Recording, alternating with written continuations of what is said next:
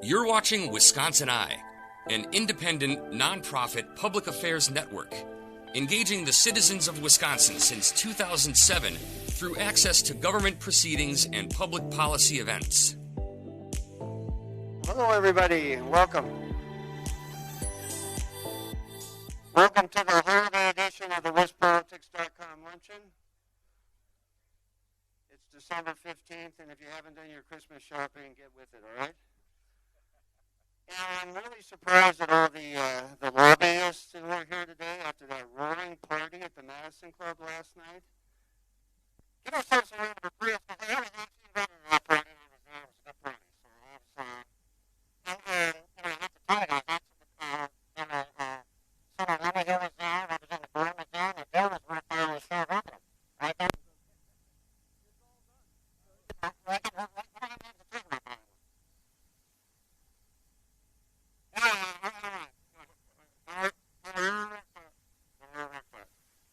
And I want to congratulate you on Tuesday. That means you're better weather winning. And like the Madison School District? Really? Wow, I was shocked when the Madison School District canceled its classes today. But anyway, so I want to congratulations for being here. Thanks very much for making the trip. I want to do some promotional things right now. I want to talk about upcoming events at WisPolitics.com. You can find them at WisPolitics.com, of course. But on January 9th, we're going to have a Spring Park Forum, not a debate, but a forum. I think it's going to be on the Manila Terrace. It can't be here because the Madison Club is closed on Monday. Then on January 31st, we'll have the Democratic leaders of the legislature. On February 28th, I've invited the Joint Finance co-chairs.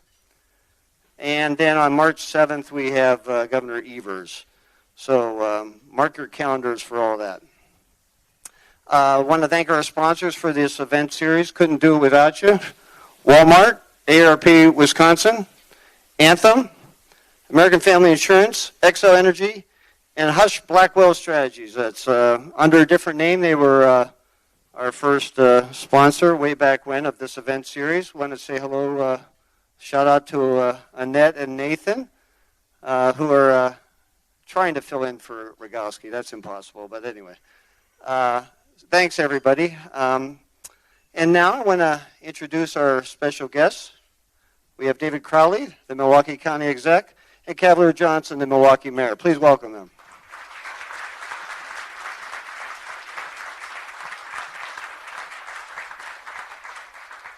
So I did some intense research this morning, and by Googling, I found out that they're both 36, which is half of my age. So, wow. You guys are making me feel old. All right. But there's also some congratulations in order because about a year ago, Cavalier Johnson became the mayor, first acting and then elected. So a year under your belt, and you came in May 2020 after serving in the State Assembly. Yes, interesting time to come into office. Yeah. All right. So speaking to, you're going to eat your mics on this, okay? Sure. All right. So let's just start with what's going on. I mean, this is a changing of the guard. It's a new leadership.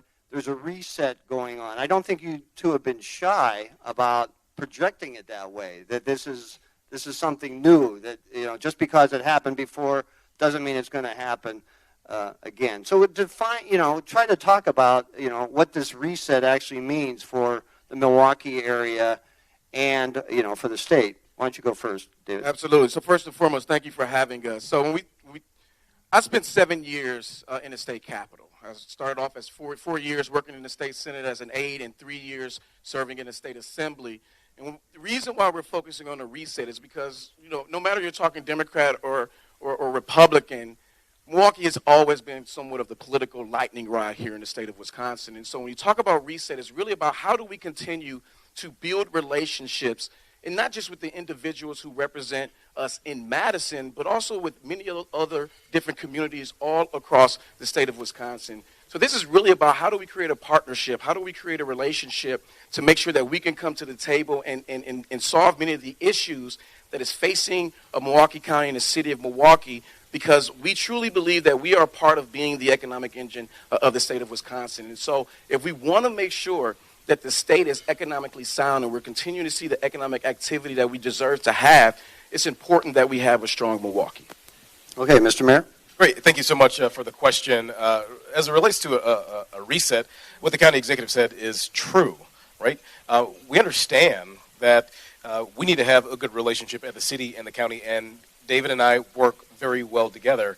But we also understand that in order for Milwaukee to thrive and do well, and for the state of Wisconsin to thrive and do well, we need to have a strong Milwaukee. So we have to have a better and stronger relationship with Madison, with the state government. And that's exactly what both of us have been zeroed in on, keen on, ever since he took office as Milwaukee County Executive, and I took office as mayor of the city of Milwaukee. And so that's what we're really talking about. We're talking about resetting relationships, growing, nurturing those relationships to put us in a better position, both in the city and the county of Milwaukee and also in the state of Wisconsin, for all of our collective good.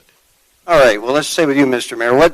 Define the relationship as it exists and where you hope it to go between Milwaukee and the capital.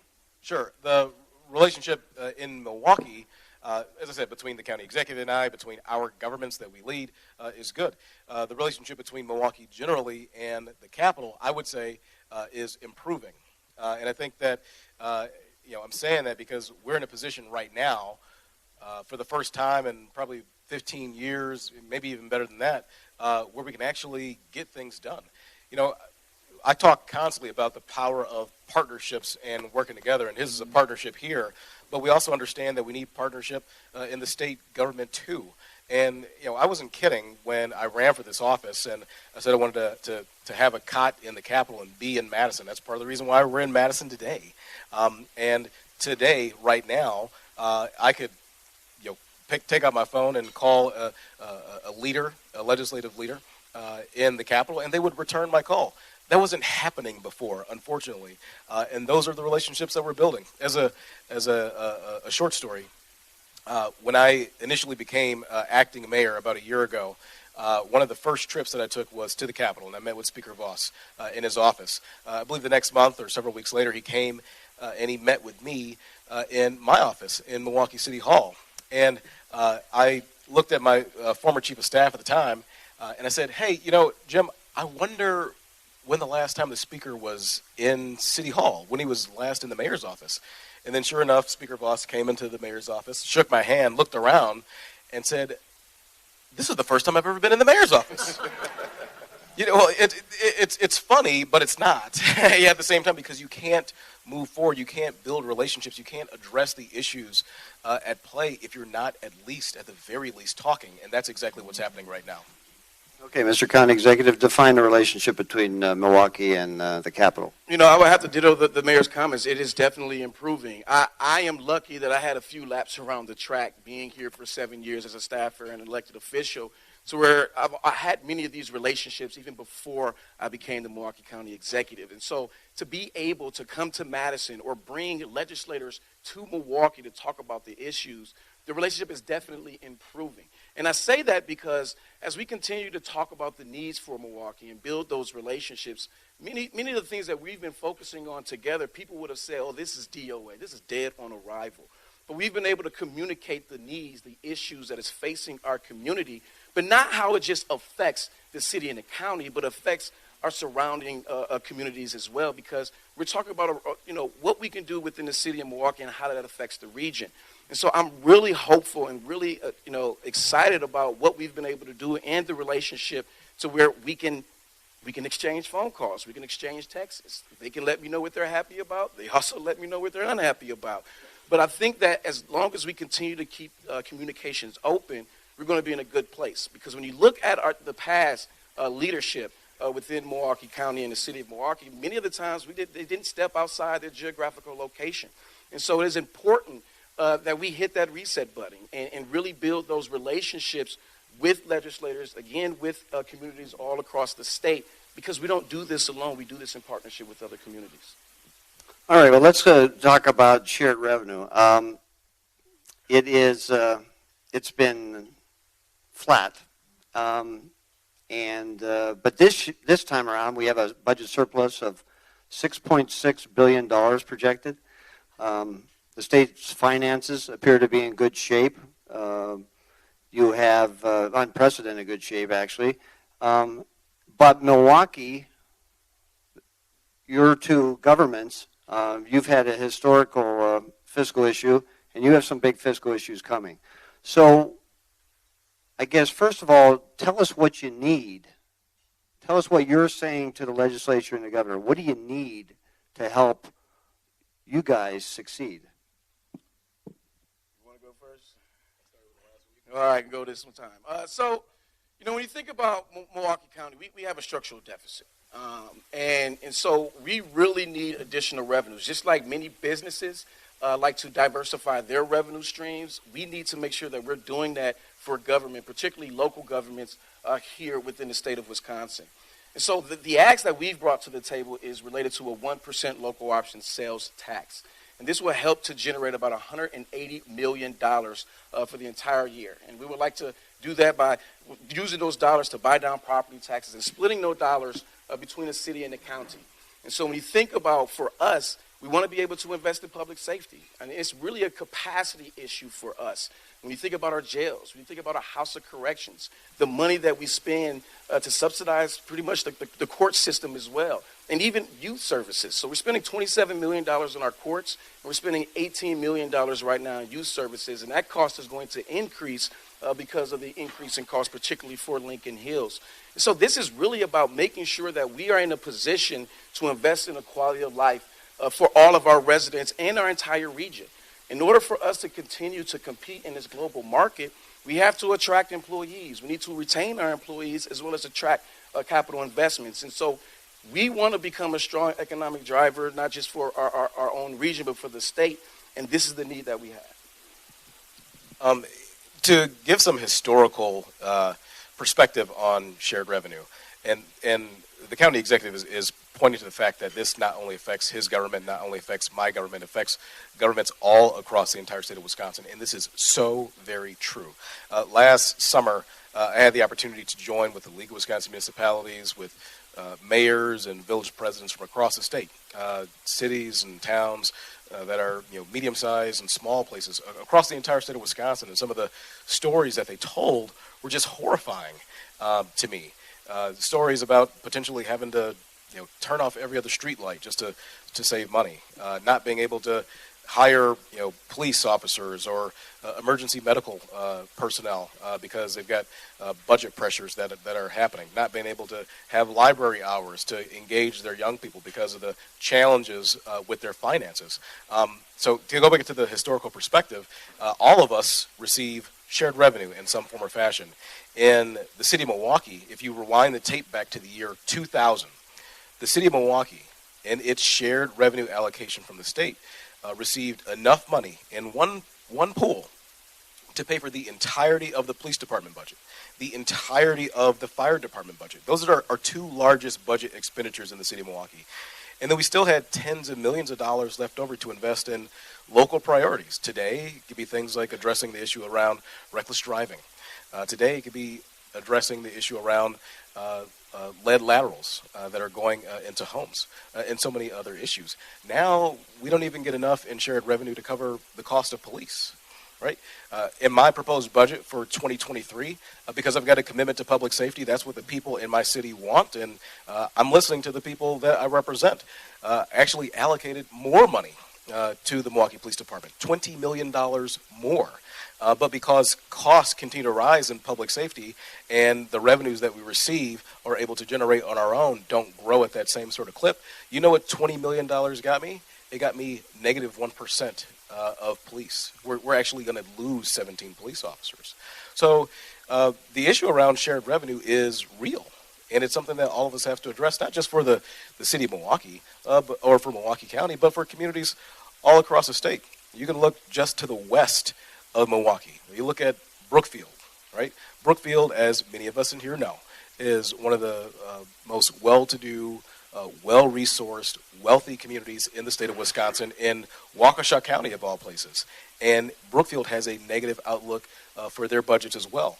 When you talk about issues of public safety, again, You look to Washington County, northwest suburbs of Milwaukee. They actually had a referendum to raise money from their taxpayers to pay for more law enforcement. That referendum actually failed, right? So everybody's hurting for money, and we need our partners at the state to understand that, to make these investments so that, as the county exec said, we can continue investing in quality of life services that people depend on. And in Milwaukee, that is more acute than in some other communities, because Milwaukee's the population center. It's the diversity center in the state. It's the economic center of the state as well. Right? We've got a lot of large scale events that happen in that city, and people come in from the suburbs every day. These commuters, and I want them to come in. If you look at state tourism data, some 20% or more than that of tourism dollars spent in the state happen in Milwaukee, right? So I want, whether it's my constituents, my residents, I want whether it's the commuters who come in from outside of the city, I want for those visitors who come and spend their tourism dollars in Milwaukee, in the state of Wisconsin, I want them all to have access to quality of life services that they expect and, quite frankly, deserve. So how much in shared revenue increase would you need to make things work?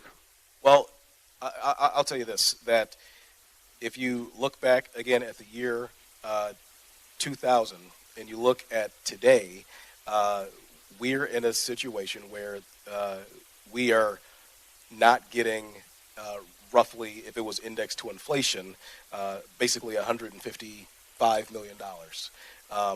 In the proposed budget that I put forward for 2023, we had a gap of $150 million. If shared revenue was indexed to inflation going back to the year 2000, we would have received $155 million, right? So we're interested in working with the legislature to find whatever avenues, whether it's shared revenue, whether it's a sales tax, or any combination thereof, a public safety grant. I don't really care what you call it. I just want to make sure that I'm able to keep the lights on. I want to make sure that I'm able to pay for police services. I want to make sure that we don't continue this trend of shuttering year after year firehouses across Milwaukee, which also affects public safety. Those are the things that we really want to address, that I think leaders in communities all across the state want to address as well. So if you got $150 million in a annual shared revenue, and if you got your $180 million from the local tax option, that would be good. That's the wish list. Well, I'm saying we are interested in working with the legislature to make sure that we make the ends meet, to make sure that we get enough revenue in order to support the services that we deliver at the city and that the county delivers as well. I'm sure you heard this from Speaker Voss, but when he was here with the Senate Majority Leader about a month ago, I think he said, I always hear about the money, I never hear about how it's going to be spent wisely. I'm paraphrasing now, but I think that's basically what he said. It's like, it's give me the money, but what about the controls on the money? And that inferred to me that the legislature wants, to put some conditions on money, and I'm wondering how that impacts, local control. Well, I would say that, yes, we've been hearing conversations about what kind of reforms need to be in place. And to be honest with you, I love the fact that they're still engaged in this conversation related to shared revenue and reforms, and the fact that they're actually going to try to incentivize some of these reforms within our communities. So when we think about shared revenue, particularly for Milwaukee County, with the scale of the issue that we would have to see a 600% increase in shared revenue. And I don't care who's in control of the legislature. I'm not sure we'll ever get that. And so that's one of the reasons why we continue to talk about that 1% local option sales tax, because we are willing to have those conversations on related to guardrails, what needs to be in place. And we're up and willing to go to task and have those conversations to figure out what we absolutely need to work with the legislature with as it relates to guardrails. But I would say that, some of the reforms that we're even looking at is what can we do with our pension system? $300 million tax levy, $100 million of that alone goes directly into the pension system. And so we know that we need to see some reforms. And one of the things that, we would like to see is how we can, do a soft freeze moving forward, taking care of our obligations with those who currently employ with the city in Milwaukee County, and how we can move forward with new employees entering into the Wisconsin retirement system. Okay, what if part of the deal was you had to have a local referenda approve of the local tax option before it went into effect? Would you go along with that? Well, look, I think everything is on the table as we continue to talk about this. I think that as we talk to residents, particularly around public safety issues, what is happening in the jail, what is happening in our community reintegration center, what is happening in supporting the courts, people understand that. But then they also look at all the other quality of life amenities as well. So whether we talk about like our park systems, or whether we talk about our Milwaukee County transit system, those are the types of things that we're seeing huge deficits in. As it relates as well to our community reintegration center, which is the House of Correction. We changed the name. And so, I am willing to have those conversations and do the best deal that we can make as it relates to making sure that we can invest locally. Can I just touch base on the issue of reform as well? Because I've been hearing, and the county executive has been hearing as well, that Speaker Voss has been saying no resources without reform. And in Milwaukee County, as in the city of Milwaukee, we've had to reform. We've had to reform both of these governments over the course of the last 20 years, because we're talking about this issue now because it's coming to a head, but this has been a long time coming. And so we've had to create reforms within our governments in order to keep pace to pay our bills. So I believe Milwaukee County, the county exec can correct me if I'm wrong, over the course of the last 10 years or so, closed a $340 million gap. Is that correct? That is correct. And in the city of Milwaukee, due to our reforms, we closed a $400 million gap. And we did that by a number of things. We eliminated over 1,000 employees at the city of Milwaukee. We've had employees pay more into their pension. We've had employees pay more into their health care. We've made the work environment safer to cut down on workers' compensation costs that the city otherwise would have to pay out. Even now, we're in conversations with the Wisconsin Policy Forum as well as with the Greater Milwaukee Committee to look for further efficiencies in our government, and areas where we may be able to collaborate between the city of Milwaukee and Milwaukee County to consolidate some services so that we don't have duplications between the two. So we're open to reform. We always have been. Our governments have been doing that for years. And we will continue to be open to reform as well to meet the need that's before us right now. We have to, and we have had to in the years past as well. And, just to put a finer point, particularly to Milwaukee County, when you think about reforms, we're not actually in a position to cut anymore. We've literally cut to the bone to where we are in a position where we'll have to cut a major limb off. And so we are continually looking for efficiencies. I mean, our veteran services, our homeless services, we've combined them to be under the umbrella of Department of Health and Human Services to find efficiencies. We focused on our behavior system redesign, partnered up with the 4 largest healthcare systems in our region to create the Mental Health Emergency Center. And over the past 5 years, our debt service reserve fund has grown over 160% because we know that we have to look long-term to the fiscal realities that we're currently facing. So we know that we have been doing some reforms, but we're also looking for ways to continue to reform, but it's going to take the partnership with the state of Wisconsin.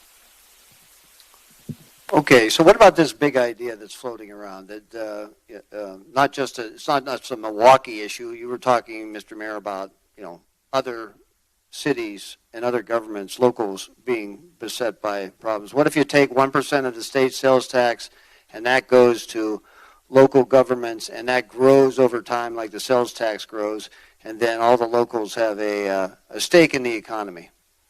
How does that strike you? Again, we're interested in working with the legislature to find what fits, what works. A sales tax may work in a community like ours because of all the things that I mentioned, right? We're the population center. Where this is, the place where a lot of, major league sports happen with the NBA and the MLB. Like, we drive a lot of visits and tourism to Wisconsin. And so people would be paying into a sales tax, and that works for us, but it may not work for another local unit of government in the state. So using that same sort of formula and divvying up, part of that to help benefit other communities in the state is something that we'd be interested in looking at as well. As the county exec said, everything is on the table, and we're interested in looking at everything with the legislature just so that we can make the ends meet. At the end of the day, We want to be responsible stewards of these dollars. We want to make sure that we pay our bills. We want to make sure that we provide quality of life services to the people that we represent. Because in the state of Wisconsin, in this state, those services that people depend on, they happen at the local level. Police services, public safety generally, happens at the local level. We do that at cities. Whether it's mental health services and things like that, we do that at the local government level. When it comes to other services like fire services or emergency medical services, that happens at the local level. And that's what we're trying to do. We're trying to put ourselves in a position where we can best serve our constituents, city and county-wide. And, I'm really glad, again, that this door is open. The mayor and I, we actually, started doing a tour around the state to really talk about the 1% local option sales tax for Milwaukee County and the city. And many other communities that say, well, we understand that, but what about me? And we absolutely understand why folks are saying that, because many local municipalities are struggling. And that's one of the reasons why out the gate when we first started talking about this, we focused on a 1% local option sales tax that would not have an impact on the statewide budget, freeing up more dollars for many local communities. But even with what we're hearing related to the 1 cent of the sales tax, I know there are a lot more smarter people than I am who are at the table focusing on how do we make sure that all municipalities are supported. And so I think to having the Wisconsin Counties Association, the League of Municipalities and the Towns Association coming together to figure out how do we actually do this, I think this is an opportunity that we can't waste. All right, you two have mentioned it, the link between state aid or local generated revenue and public safety. So I guess are you saying that without this, that you can't solve the crime problem? Without these solutions, you can't solve the crime problem? Well, I'll tell you this. Again, my budget for 2023, the proposed budget that I put forward, increase the budget for the Milwaukee Police Department from $280 million to $300 million. In some years, the budget for the Milwaukee Police Department has encompassed the entire city of Milwaukee property tax levy. One department. That's simply unsustainable. It's simply, and even with $20 million more added to the department year over year, I'm still going to have less police officers. So if folks, believe that the answer to public safety is having more law enforcement officers on the street, and I don't disagree with the premise of adding more police officers. That's why, in addition to the money that I added, I went to Washington, D.C., advocated for, the city was awarded and accepted a federal cops hiring grant that added another $16 million to the police department. But if folks want to see more police officers, look, that comes at a cost. Policing is a extremely expensive endeavor. I'm not going to be able to add more police without more revenue. So I would like to do that. I'm interested in having those conversations, but being honest and truthful and real, there's a cost to that. There's a cost to that, and I need partnership with the state and folks who care about public safety generally to be at the table.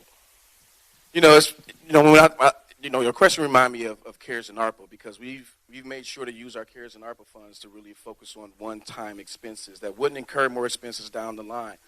But there was one time we actually had to use it for operating. That was particularly for our correctional officers within then House of Corrections, now Community Reintegration Center. And we had to provide them a $3 premium during the time of COVID. But even if you think about now, that particular department has about a 40% vacancy rate. And so we know that we need to make sure that we are, giving those employees the compensation that they deserve, not just to keep themselves safe, but the residents that we also have in our facilities safe. And when you think about our jails, when MPD or any other surrounding community are bringing people into our jails, we need to make sure they're staffed. And then when you think about the support, the rest of the system, our prosecutors, our public defenders, our courts, we provide the support for them. And so if we want to make sure, but even, if it's a misdemeanor and that person has been convicted, they're coming into our Community Reintegration Center.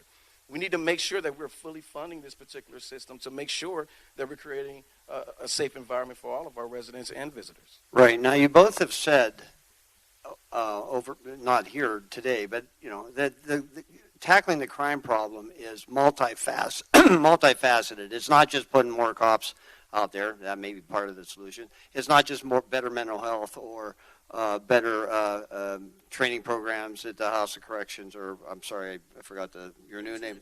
Okay, but it's a multifaceted thing, and I think that there's still there's still an emphasis on violent crime, in media, and there's a record murder rate in Milwaukee again this year. And so it is on the minds of politicians whom you're trying to convince to give you more money. So they're going to make the link anyway. So again, how do you explain to them that, you both are trying to tackle this complicated issue and that all this money is going to help? Well, I would tell you that, again, how we've had to invest our ARPA funds into the CEOs just to make sure they were getting paid enough, to make sure they could stay on the job. I mean, we've also had to ask the governor for more dollars as well through the state ARPA dollars to actually help support our courts. I mean, we had a 2-year backlog, getting people through the system and making sure that we can free up more space, not just in our jails, but also in our House of Corrections, and making sure that people are getting a speedy, fair trial that they absolutely deserve. And so when it comes down to this, we are making the reforms and the investments that we need to make. But again, there are certain things that we also have to do as it relates to being proactive. The more that we can find ways to invest upstream to where people never have to come into our system in the very first place is something that we should be looking at as well. Law enforcement certainly is a crucial part of public safety, right? We need police, and we need an adequate number of police officers to address public safety concerns that we have in Milwaukee or in any other community, right? That's something that I think is generally known. But it's 2022, nearly 2023, and all of us understand that it can't just be police alone. I think police themselves would tell you that they themselves cannot solve all public safety matters on their own. It takes partnership.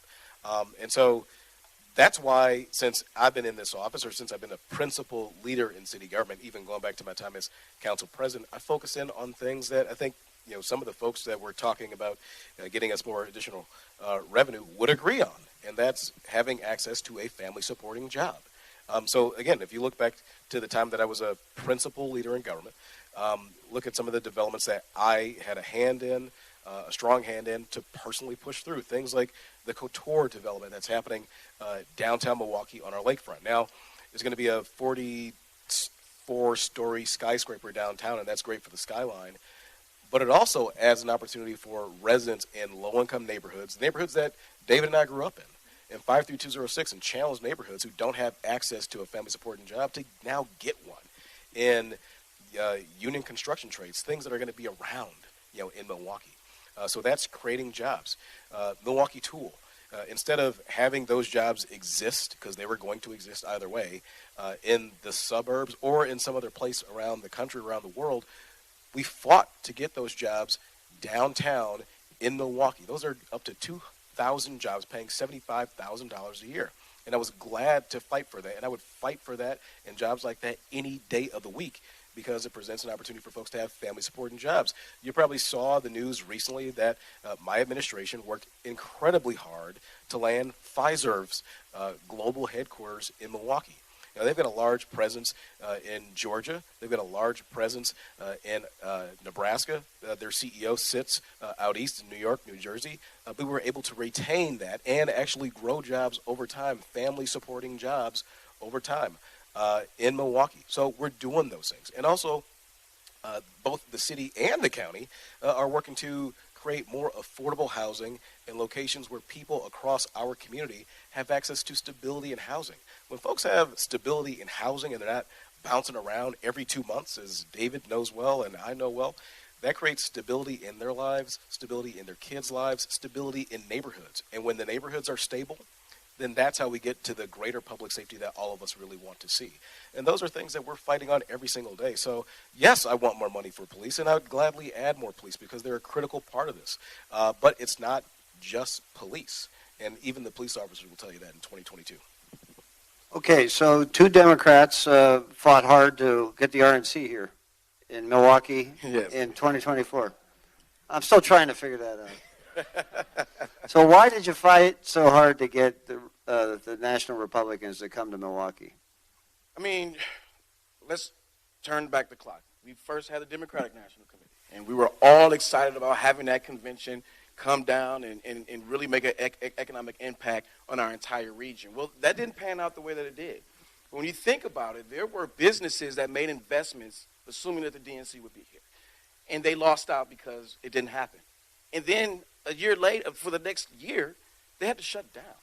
We had stay-at-home orders, and no one had the ability to really, and needed a lot of help, and didn't have the ability to really bring in some of the income they absolutely deserve. And so when you think about bringing the Republican National Committee to Milwaukee, this is a benefit not just for our county and our city, but for the entire region.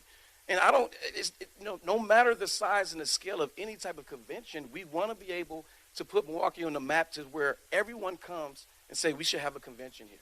You know, when you think about the Bucks playoff run, that really put Milwaukee in the spotlight. I mean, that's one of the reasons why we were able to get the Red Bull Flute Hog to come to Milwaukee County and utilize Veterans Park last year during that summer. And so anytime that we have the ability to market what we have and what we are capable of doing, I think this provides a perfect opportunity, again, to make a huge economic impact. I think that Milwaukee County is one of the biggest hidden jewels within our state. And the more and more that we can market and talk about all the great things that are happening, the more we can attract capital investment, the more we can attract and retain our employees because they're seeing the light at the end of the tunnel and all the great things that we provide for our folks. Okay, you got it. Now there's a lot of pressure on you, though. Some of your harshest critics are going to be you're going to be hosting some of your harshest critics. And look, we're big boys, right? We can take the heat. But about two Democrats, the county exec, myself, working diligently to bring the Republican National Convention to Milwaukee, I have maintained the entire time that this is not about politics. It's not. This is about business. This is about business. This is good business for Milwaukee, and therefore it's good business for the state of Wisconsin. It's good business for our hospitality workers. It's good business for our food and beverage industry in Milwaukee. Look, when I look at these large-scale conventions and things that happen, sports and entertainment events that happen across the country, Milwaukee typically is not in the mix. I want Milwaukee to be in the mix because, as David just mentioned, Milwaukee is a hidden jewel. When people come to Milwaukee and they see Milwaukee and they experience Milwaukee, they fall in love with Milwaukee. And I want my city to be in the headlines. I want my city to be on people's television screens and the like. When we were in Chicago for the signing to bring the RNC to Milwaukee, I said there that having the RNC there is good and dandy, but it'll open the door for other things in the future. So the NBA All-Star Game, guess what? I want that in Milwaukee. The MLB All-Star Game, I want that in Milwaukee. The CrossFit games that typically come here to Madison, I love it. My wife loves it. Guess what? I want it in Milwaukee. The USA Triathlon that typically comes to Milwaukee, I want them to keep coming back to Milwaukee.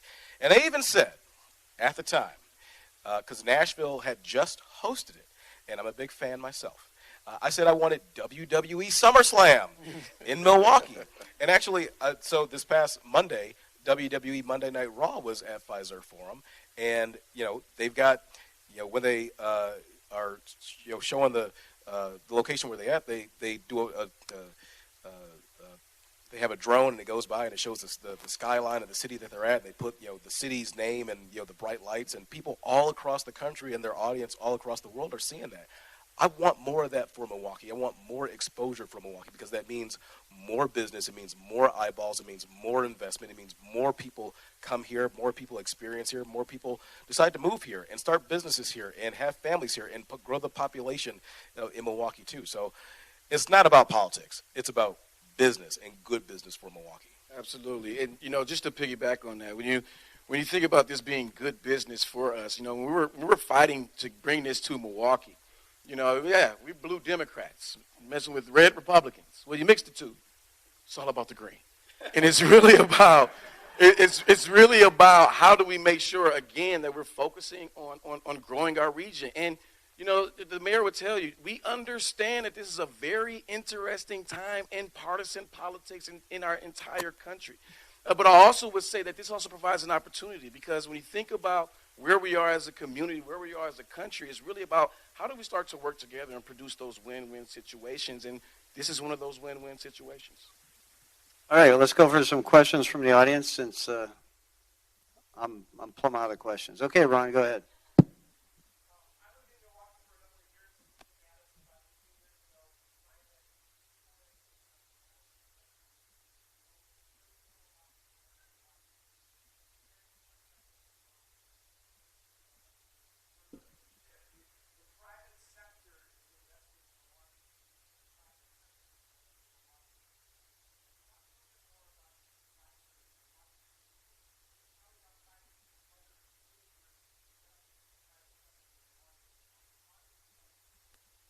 Yeah, well, first, let me point out that the county exec said that, and I agree, that blue and red, I'm looking at the Capitol, wherever it is, makes green. Not it's purple, but green. Money, right? That's good business. But to your point, look, people are seeing Milwaukee.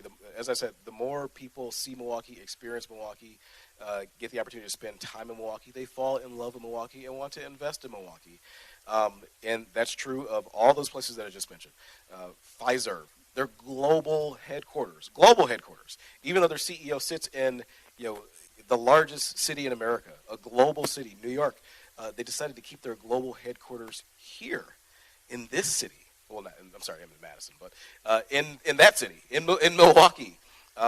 Milwaukee Tool, with their incredible growth. They've been growing like gangbusters year over year over year, and they could have continued on having expansion in suburbia, or taking their growth to any other large-scale city that's having a tremendous growth pattern as well.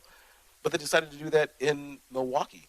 Northwestern Mutual, some years ago, the Quiet Company, they've got a national, perhaps even global presence in the insurance industry. They could have gone anywhere, but they decided to stick to their roots and build a $500 million tower in downtown Milwaukee. Folks see Milwaukee. They know the value of Milwaukee, and they want to invest in Milwaukee. And by the way, when that happens, that's not good just for the city and for the residents there and creating jobs there. That's good for the entire state of Wisconsin. We want to see more of that. So we want a growing and prosperous Wisconsin. Then we all should be behind this idea of a growing, prosperous Milwaukee, and putting the city and the county, putting that community in the best position possible to achieve those ends. And I'm glad you asked that you say expound on that, because I think a lot of people forget that Milwaukee has been growing. We have had a huge economic activity happening in the past few years, past decade, to be quite frank with you. And so, just 4 to 5 years ago, we sent $500 million more than we had back in 2009. And so I think what people need to understand is that we are a major part of the economic engine. Now, I will say that it's hard to talk about that without necessarily beating your chest, because we are the largest by population and the most diverse. But I think it's clear to many, many communities across the state that we do it in partnership. I mean, when you talk about, you got Morrison Coors, right? And they do a phenomenal job being right there in Milwaukee. And some people will say, what are you doing in Chippewa Falls? Well, one, I like tapping the Golden Keg at Leinenkugel. But how is Leinenkugel affected by what happens in Milwaukee? Or you think about some of the manufacturing plants across the state, how are they affected by what happens in Milwaukee? And so there's a lot of economic activity happening there, but I think that this is a part of hitting the reset button, really talking about and changing the narrative of who we are, who we've always been, and what we want to do as we move forward. Okay, Jerry?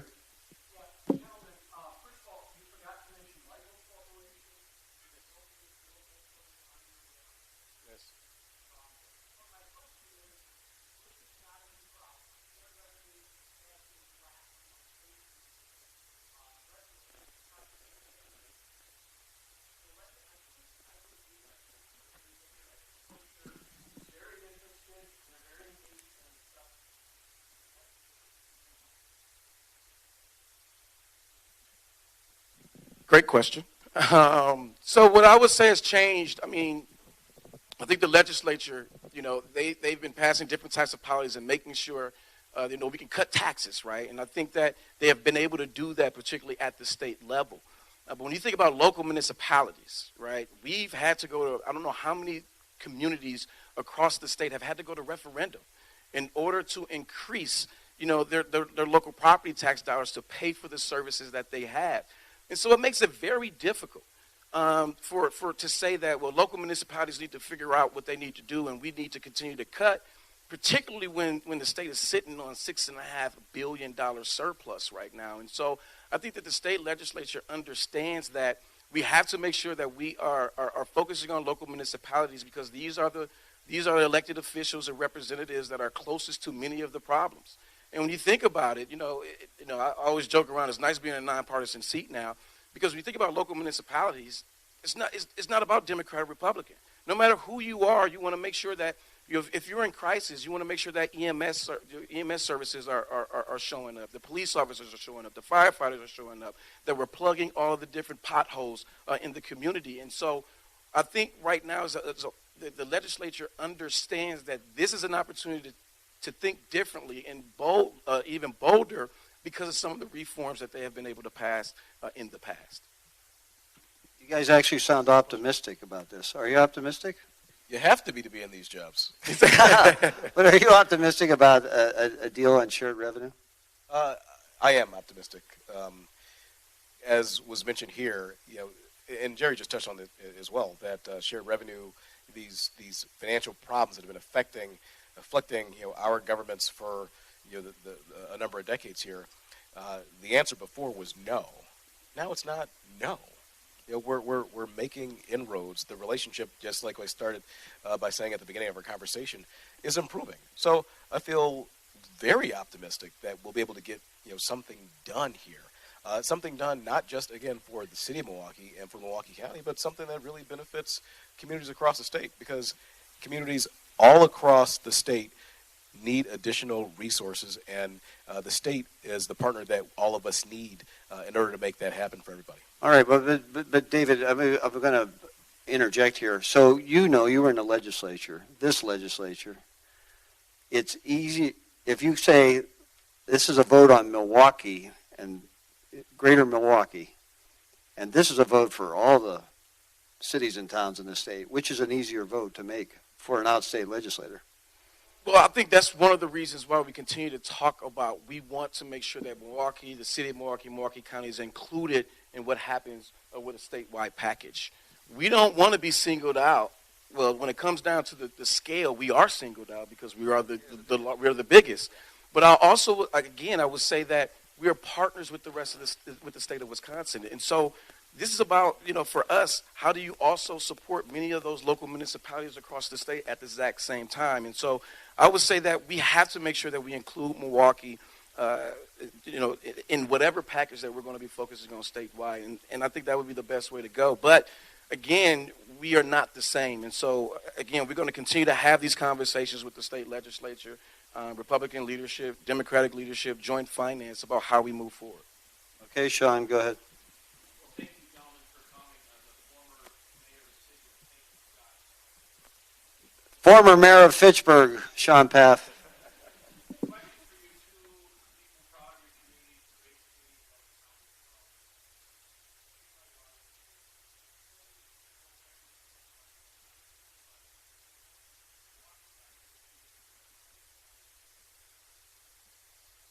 great Are elections in Milwaukee free and fair?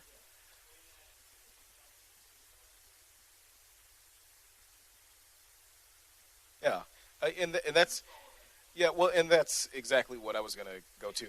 Look, That was a planted question. It was just not delivered that well. Okay, okay. So there you go. Explain why Milwaukee elections aren't the problem that some Trumpites think. yeah, and that's exactly what it is, right? You unfortunately have some individuals out there who believe that elections are not fair unless they win.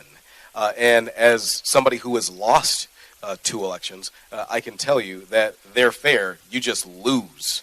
right? I've lost too. Yeah, both of us have lost elections. So, look, elections in Milwaukee are fair, and the reasons that you see, especially in the city of Milwaukee's case, late reporting on some votes is because we have a large and robust central count operation in Milwaukee. And in Milwaukee, again, we're the population center of the state. And so we've got, sometimes tens of thousands of ballots that we have to process, and under state law, which, by the way, I would like to see changed. In 2020, Senator Ron Johnson said he would also like to see changed. The state law still has not changed. But under that state law, even though we have tens of thousands of ballots that are sitting there, we can't begin even processing those until the morning of the election, while we're also conducting the election that's taking place on that particular day. So I would like for that to not be the case, but until there's a state law change, we have to abide by state law, and that's exactly what my election commission does. And so that's why you see late reporting. But that doesn't mean that there's funny business that's going on or anything like that. I wouldn't tolerate it.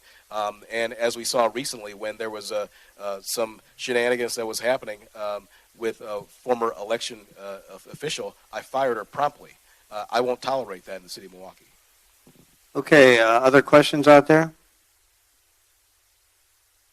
Yes, go ahead, Christine.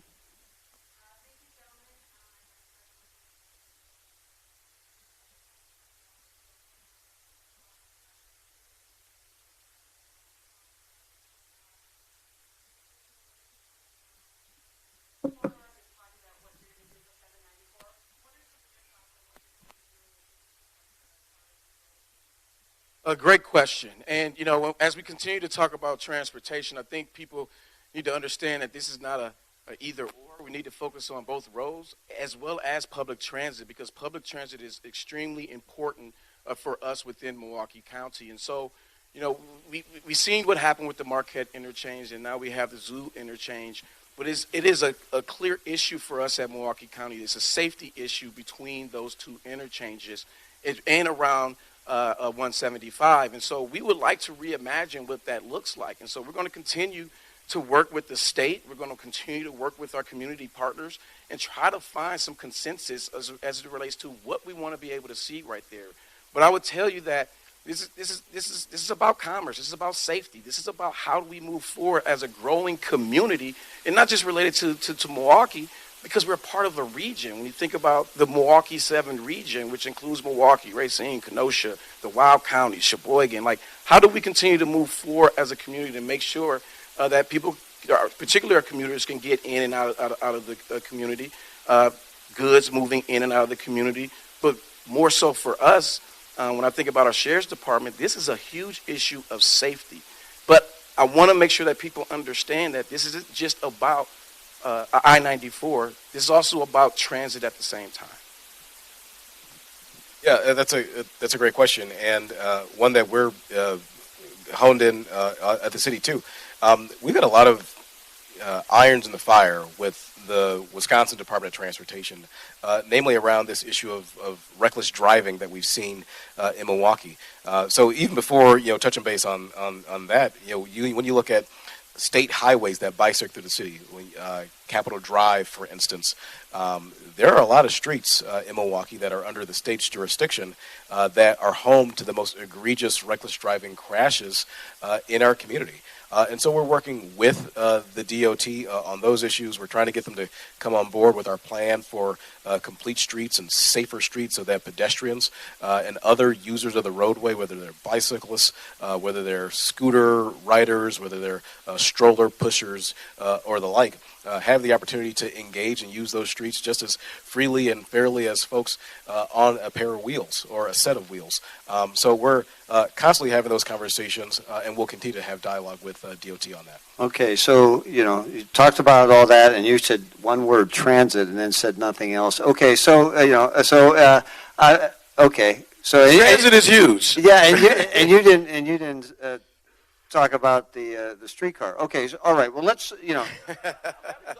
But no. What I'm saying is, though, Here comes a lot of federal money in the infrastructure bill. Okay, now not all of it is devoted to roads. A lot of it is devoted to transit.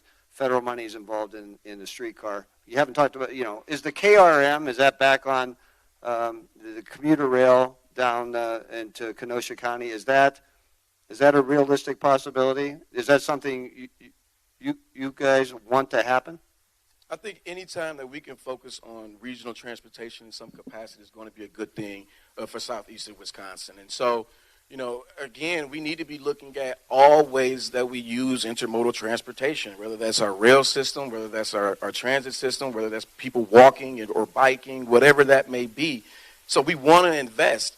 But again, we have to do that in partnership with the state of Wisconsin. I think about the Milwaukee County transit system right now. We're facing a $40 million deficit in the next 2 years. And so if we want to make sure that we can move our biggest commodity, which is our employees, to the jobs, all the way as far south to Franklin or as to far north as Fox Point, particularly in places where, years ago they had to remove routes because of the decline in revenues. We need to be reimagining this. And I would say that... Is ridership still down? We're getting back up. Because some cities are saying ride the bus for free. And now that doesn't help your deficit, but I mean, that does not. But I mean, some cities are doing that and they're having success at it. I mean, is that the kind of thing? Because you can put in an extra lane and make it easier for commuters. But I don't know, is that a sustainable solution? That a long-term solution? Don't you want people on public transit? We absolutely want people on public transit, but we also need to make sure that our public transit system is efficient enough to get people to where they want to go in a timely manner. I mean, even when you think about the BRT that's going to be coming online, a bus rapid transit line is going to be coming online next year, going all the way from downtown Milwaukee at the Couture project and going as far west into Wauwatosa to our regional medical complex. We want to be able to continue to do those types of things. We are actually in the planning stages of looking at how we can create a north-south bus rapid transit system, going as far south as Franklin and going as far north to Glendale, Fox Point, and Bayside. So we want to find more efficiencies to make sure that our transit system is available for folks if they want to use it, but we have to create those efficiencies because right now, in many cases, it may take you an hour and a half to get to certain places. You can't make your job unless you leave at about 5 in the morning. And because of these deficits, I mean, we've had to, for example, cut off our freeway flyer systems, which hurts many of our suburban neighbors who would use a parking ride in order to get into the city of Milwaukee or Milwaukee County. We've had to cut our transit services from Summerfest, which is a huge economic driver for our whole region. And so we want to find efficiencies and we want to invest because we know people want to have a public transit option. All right, we're at the end of the program here, but Mr. Mayor, the streetcar as it was envisioned is sort of like what the metro in Washington, D.C. was. Wherever you have a stop or a station, there's economic development. And I'm wondering whether, are you seeing some of that going on with the streetcar? Yes. Both of us have referenced the Couture project. That's nearly $200 million of investment that's happening, bringing in investors from around the country who never even looked at Milwaukee before, right? So that's investment that's also creating jobs.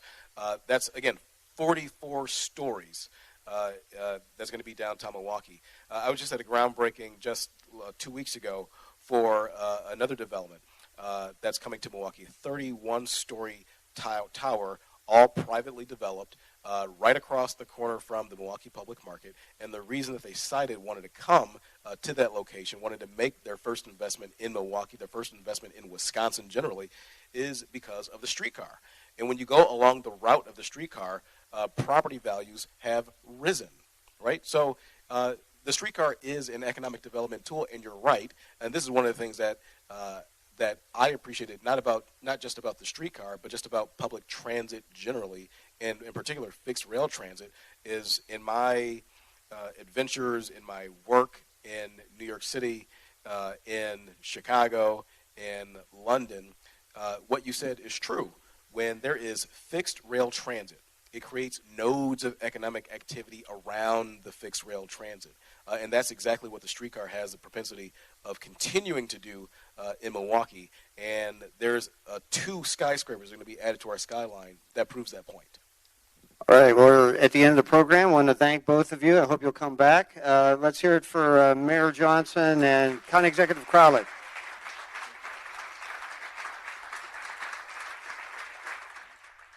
All right. This program is a production of Wisconsin Eye, an independent, nonpartisan, nonprofit media network with a mission to inform, educate, and engage the citizens of Wisconsin.